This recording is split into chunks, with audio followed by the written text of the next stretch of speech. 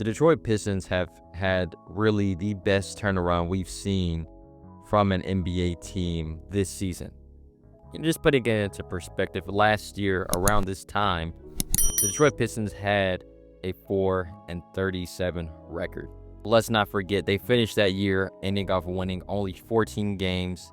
They had tied for the worst losing streak in NBA history with 28 losses in a row. Things were really going down bad. Monty Williams was fired. They fired their GM. Star player Cade Cunningham was constantly under pressure because many people didn't think that he could be that guy that could lead this Detroit Pistons team to success.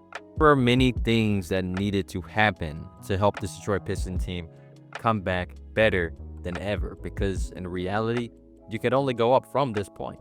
Well, that's exactly what they did. Hiring new head coach JB Bickerstaff, also hiring a new executive. The Detroit Pistons went from last year being statistically one of the worst teams in both offensive and defensive rating to now this season being really in the league average in both offensive and defensive rating. So let's not forget as well, currently they are 8th in the Eastern Conference with a 21-20 record, already beating their record from last year, and we're really only halfway now in this NBA season. It really doesn't matter if the Pistons end up losing every single game they play now. What is really good for them is that they now have a better record than they did last season alone. And the first person I want to talk about really in just this transition for them becoming a much better team is, of course, Cade Cunningham, who is their star player, a guy who I made a video on a few years ago. And really, one of the key things I remember saying in that video is that Cade is really an all-around player. He can do a little bit of everything.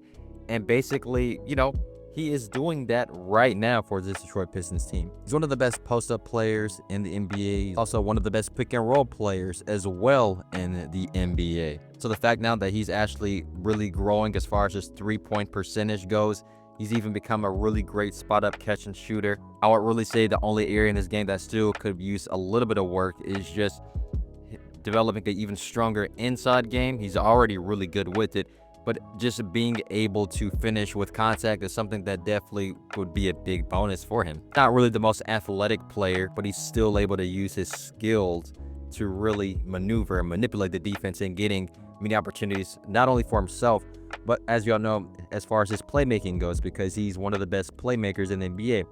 He's only in the handful of players that are averaging over 24 points per game and 9 assists, and that players include Trae Young, LeBron James, Nikola Jokic. Also this season, even improved on the defensive end of the basketball court. I mean, he has a 7-foot wingspan. For a guy like that, he can really use his size. He's 6'6". He can use his size to really be a great blocker, get steals. He can do many things on that defensive end of the basketball court. Cade really is now becoming the player that many people are expecting him to now finally be. And the thing is, for some guys, it simply does just take time. Cade, you got to think as well, the situation he's coming to in Detroit, it's not like he can control everything that's happened. This team, last year, they were one of the worst floor spacing teams in the NBA. And now this season, they're like 12th in three-point percentage alone this season. The thing is with Cade, if you surround him with shooters, this could really drastically open up his game even more, and that has definitely shown even just with the little bit of shooting that they've added this season.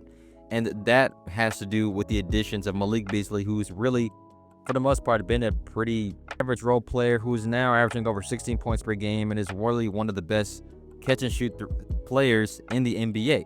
I mentioned getting Tobias Harris, another great player, a great locker room player to have on your team as well.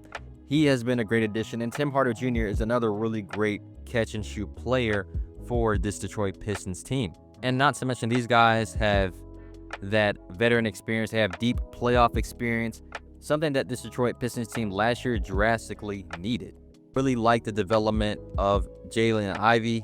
Even though he's hurt right now, and wishing him the best with his recovery, he's definitely grown this season as a player. Dar Thompson, who's another really great player, him and his brother. So two of really the most athletic players really right now in the NBA, and he is a great defensive presence on this team. And if we all know, if he can develop that jump shot even more, the ceiling for him is very, very high. Dylan Duren, another great player on this team at center. I would say the only thing with him that will definitely be a drastic improvement, which could help out this team, is just improving on the defensive end of the basketball court. He's not really the best defender. And if he can improve that area, the ceiling for him is really high. And plus, all these guys, even Kade himself, are still really young. So look, man, the Detroit Pistons this year have really set themselves up now for really becoming a legitimate team. Yeah, we can't necessarily say right now that they are a contender or any of that right now. They're still technically in that rebuilding phase, but it's good to see them actually now winning games. It's good to see how fast the turnaround really was for them. Even if they do finish a season really winning, let's say they go 38 and 44 or something in that range, even if they just win 40 games or just something in that range, that's to me still a very successful season for this Pistons team, a team that, as we all know, last year was arguably one of the worst teams in NBA history. Coming to this new year with one of the best records, and they've just been playing great team basketball. And it's really, as I said earlier, it's time to really just give Kade Cunningham his flowers because, as I said, some guys, they are late bloomers, and Kade now is playing like the best player on this team. And he's playing like a guy that should really be in that conversation for All-Star and possible All-NBA team considerations. So shout out to the Detroit Pistons, man. They've been really stepping it up. But I hope you guys enjoyed this brief video today.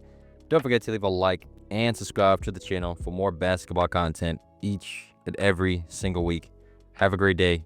Peace.